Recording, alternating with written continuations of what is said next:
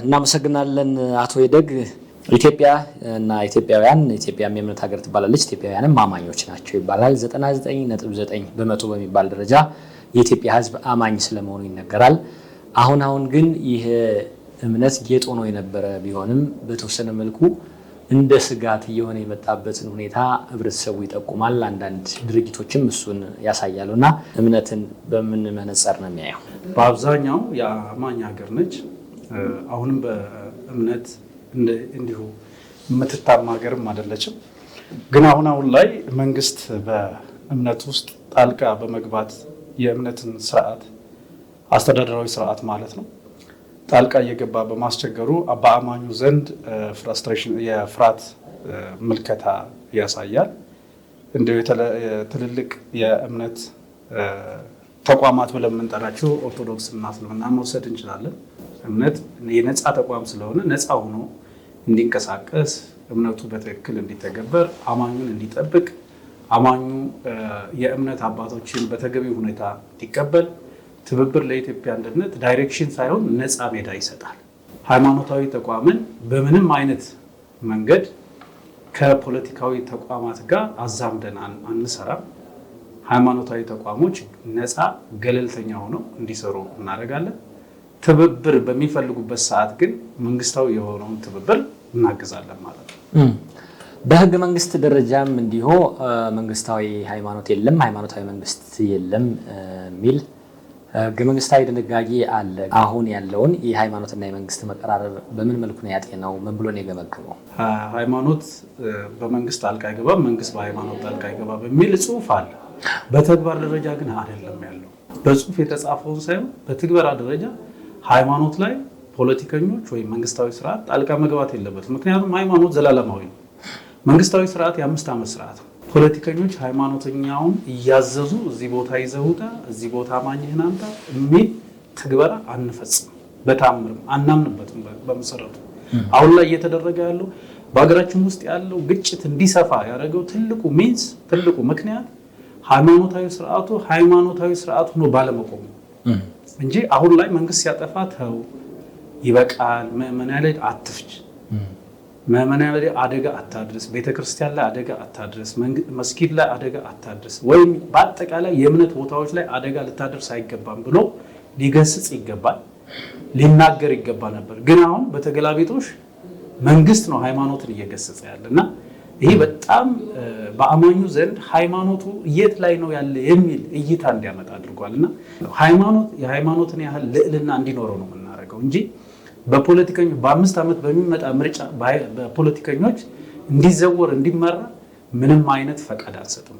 ለምንድን ነው ግን የሃይማኖት መሪዎች በመንግስት እንዲገሰጹ ያደረጋቸው ነገር ምንድን ነው? አሁንም ማናየው ከዚህ በፊት ብዙ በእምነት አስተምሮች እንደሚነገረው በቀኝም በግራም በተለያዩ ሃይማኖቶች እንደሚነገረው ተከታዮቻቸውን የመጠበቅ ስራ የሃይማኖት አባቶች እንደሚያከናውኑ ስለ ባህል፣ ስለ እምነት፣ ስለ አስተዳደግ አጠቃላይ በጎ ስነ ምግባር ስለሚባሉት ላይ አተኩረው ሲሰሩ እናይ ነበር ይባል ነበር ስራቸው እንደዛ እንደሆነ። አሁን እሱ እየተስተዋለ አይደለምና ለምንድን ነው? ምክንያቱ ምንድን ነው? አንድ ሰው አቅም እያጣ ሲመጣ የሆነን አካል ይጠጋል። በሃይማኖት ቤት ውስጥ ያሉት አሁን የምናያቸው የሃይማኖት መሪዎች አብዛኞቹ በሃይማኖት የዳበረ አቅም ያላቸው ነው ብለን አናምን። በሃይማኖት አቅማቸው የዳበሩትማ ራሳቸው መስዋዕት እስከማድረግ ድረስ ደርሰዋል የምናውቀው ስለሆነ። አሁን ላይ ግን አንድ ቤተክርስቲያን ወይም አንድ መስጊድ ላይ አሰጋጅ ለመሆን ወይም አንድ ቤተክርስቲያን ላይ ቀዳጅ ለመሆን ከመንግስት እስካልተጠጋ ድረስ ያን ቦታ ማግኘት አይችልም። ስለዚህ መንግስትን ተጠግቶ የሚያገኘውን ፖዚሽን ደግሞ መንግስት በሰጠው አቅጣጫ ሃይማኖቱን ይዘውራል ወይም ይመራል ማለት ነው። ባይዘው እኛ ጋር ይሄ ዴሞክራሲ የሚባል ለሃይማኖት ተገቢ አይደለም። ለሃይማኖት የሚያስፈልገው ኢኮክራሲ ነው። ስብዕና ያስፈልጋል። ስብዕና የሌለውን ትውልድ ሃይማኖታዊ ስርዓት ላይ መምራት ከባድ ነው።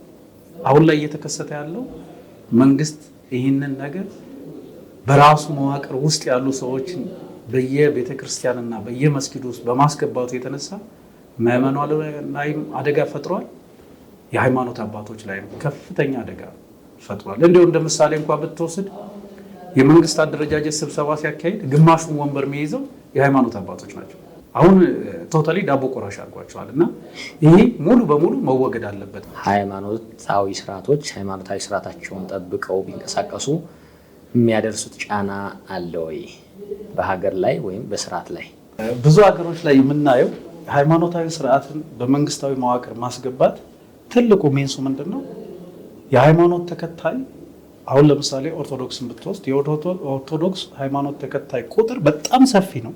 የኦርቶዶክስ ሊደሮችን የያዘ ማለት ኦርቶዶክስ አማኞች በእጁ ገቡ ማለት ነው። የእስልምና ተቋም በጣም ብዙ አማኝ አለ። የእስልምና እምነት መሪዎችን በእጁ ያዘ ማለት አማኙ በእጁ ገባ ማለት ነው። ስለዚህ ስልጣኑን ለረጅም ጊዜ ለማቆየት በአንድ ተቋም ውስጥ ከፍተኛ ቁጥር ያለውን ህዝብ መያዝ ያስፈልገዋል ማለት ነው። ይሄ ኢንዳይሬክት መንግስት የሚጠቀምባቸው ስልቶች ናቸው። በዓለም ላይ ያሉ መንግስታት ግን ነፃነትን መንፈግ የለበትም።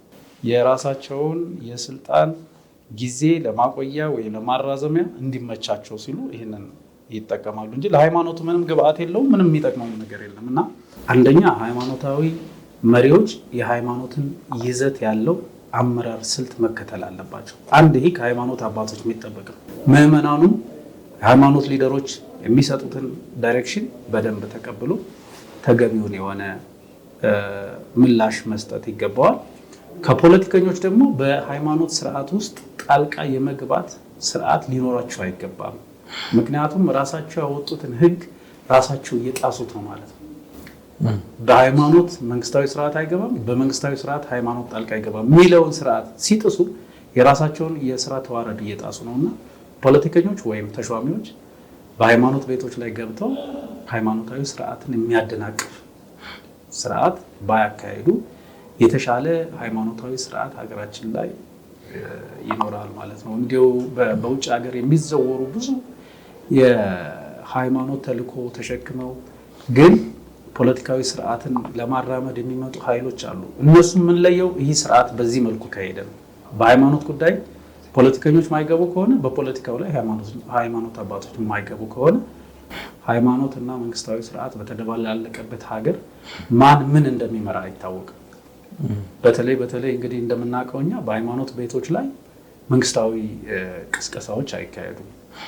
ግን እኛ የምንሰማው በመጀመሪያ የእስልምናን እንኳ ብትወስደው የበዓል ስግደት በፊት ንግግር የሚያካሂደው መንግስታዊ ተሿሚው ነው እና ይሄ ለሃይማኖት ስርዓት የተሰጠን ሰዓት መንግስታዊ ስርዓቱ ገብቶ የሚያራምድ ከሆነ ሰው ፍራስትሬሽን ይኖረዋል። ሃይማኖቱን በትክክል ማራመድ አይችልም። የሃይማኖት እውነት የራሱ እውነት አለው፣ የፖለቲካ እውነት የራሱ እውነት አለው፣ ሳይንስም የራሱ እውነት አለው እና አሁን በሚታየው ሁኔታ ግን አንዳንድ ሰዎች የሃይማኖታቸውን ቁጥር ለማብዛት በሚመስል መልኩ፣ ተከታዮቻቸውን ለማብዛት በሚመስል መልኩ፣ አንዳንዶች ደግሞ ሃይማኖታዊ ልክነትን ወይም ደግሞ እውነትነትን ወይም ደግሞ የበለጠ አዳኝነትን ለማሳየት በሚመስል መልኩ የሚደረጉ ቅስቀሳዎች አሉ፣ ንግግሮች አሉ፣ ስብከቶች አሉ። እነሱ ላይ ምን ትላላችሁ? እኔ ዛሬ የጻፍኩትን ነገ ሌላ ፖለቲከኛ ሊቀይረው ይችላል እንደ ነባራዊ ሁኔታው። ሃይማኖታዊ ስርዓቶች ግን ምድር ላይ ፕራክቲካሊ የምናያቸው ነገሮች አሉ፣ ፕራክቲካሊ የሚተገበሩ ነገሮች። እነሱም በማንሳት የሃይማኖት አባቶች ምዕመናኑን ለማሳመን የሚጠቀሙበት ስልት ይኖራል። እኔ ብዙ ጊዜ እዚህ ጋር በደንብ እንዲወሰድ የምፈልገው አንዳንድ አባቶች እና አንዳንድ ፖለቲከኞች ሃይማኖት በመቻቻል ነው መኖር ያለበት የሚሉትን፣ ሃይማኖት በመቻቻል ማንን ይሸከማል? ሃይማኖት በመከባበር ነው የሚኖረው። የኔን ሃይማኖት ሌላኛው ሰው ሃይማኖቴን ሊያከብር ይገባል፣ እኔም የሱን ሃይማኖት ላከብር ይገባል እንጂ እኔ የሱን ሃይማኖት ልችል እሱ የኔን ሃይማኖት ሊችል አይገባም። ይህ የባሪያና ሎሌ አይነት እሳቤ በትብብር ለኢትዮጵያ አንድነት የለም። ለሰጡን አስተያየት ከልብ እናመሰግናለን። ምናልባት በዚህ መልኩ ቢስተካከል ወይም ደግሞ በዚህ መልኩ ተነስቶልኝ ቢሆን የሚሉት ጥያቄ ካለ፣ ሀሳብ አስተያየት ካለ እሱን ይጨምሩ። አመሰግናለሁ።